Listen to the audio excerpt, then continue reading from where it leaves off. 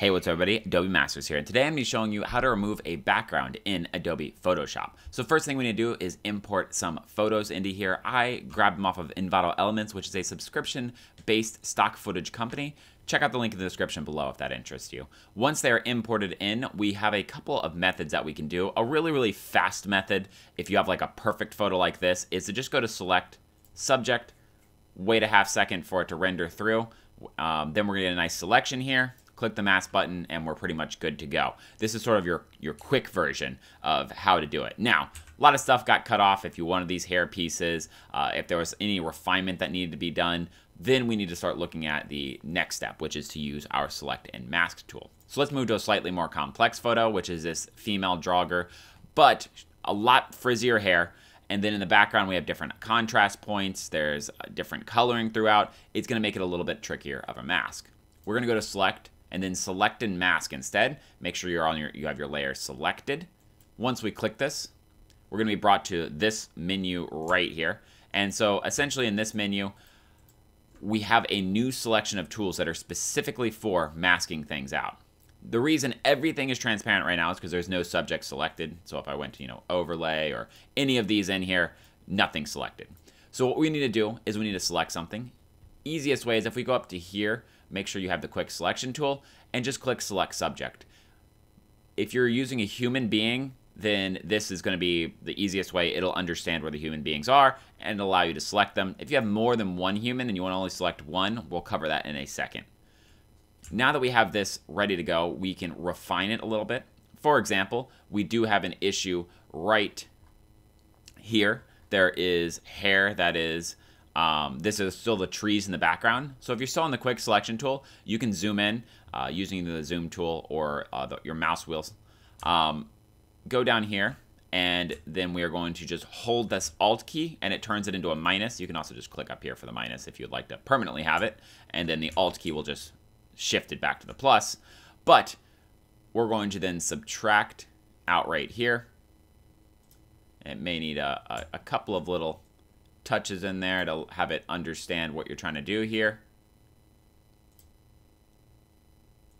And I think there we go. But you see we've gone a little too far. Now it's grabbed the rest of the hair. So we're going to go right there. And now that's looking pretty good. We have another spot right here and here that would need to be touched up as well. But we'll just keep those right now so we can keep the tutorial going. Next thing we need to do is if we switch between these layers, we can go, for example, on black. We can see there's a little haloing around here. So we can shift the edge in just a little bit to help clean up a little bit of that. Don't go too far. You'll remove basically all of the hair.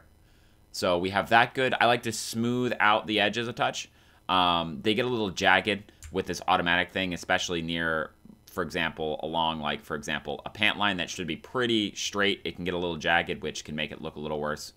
And then we can also click this refine hair button, and it'll help a little bit on the hairline, but it could also hinder the hairline like it just did. So we'll just leave that.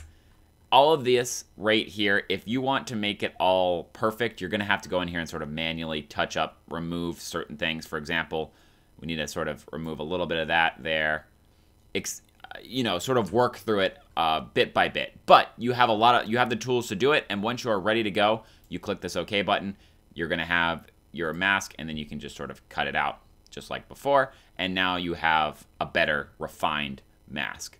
What if you have multiple people, though, and you only want to select one of them, as you can see, like that? Well, we can also do that pretty easily. And if we go to the Select and Mask tool again, so up there, Select and Mask.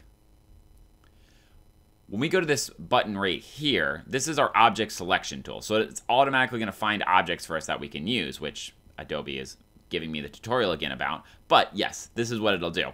So if you'll give it a couple seconds, it'll actually find your subjects. And then you just get to select which subject you want.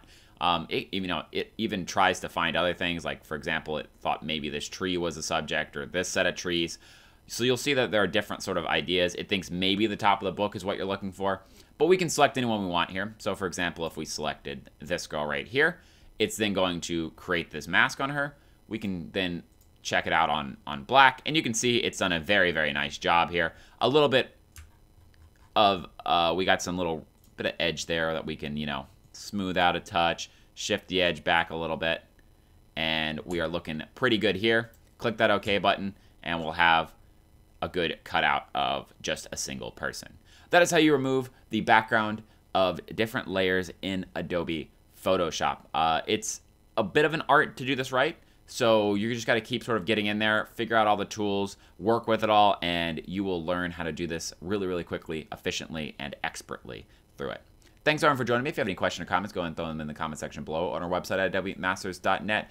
If you'd like to see more videos similar to this one, go ahead and hit that subscribe button. Until next time, guys, see ya.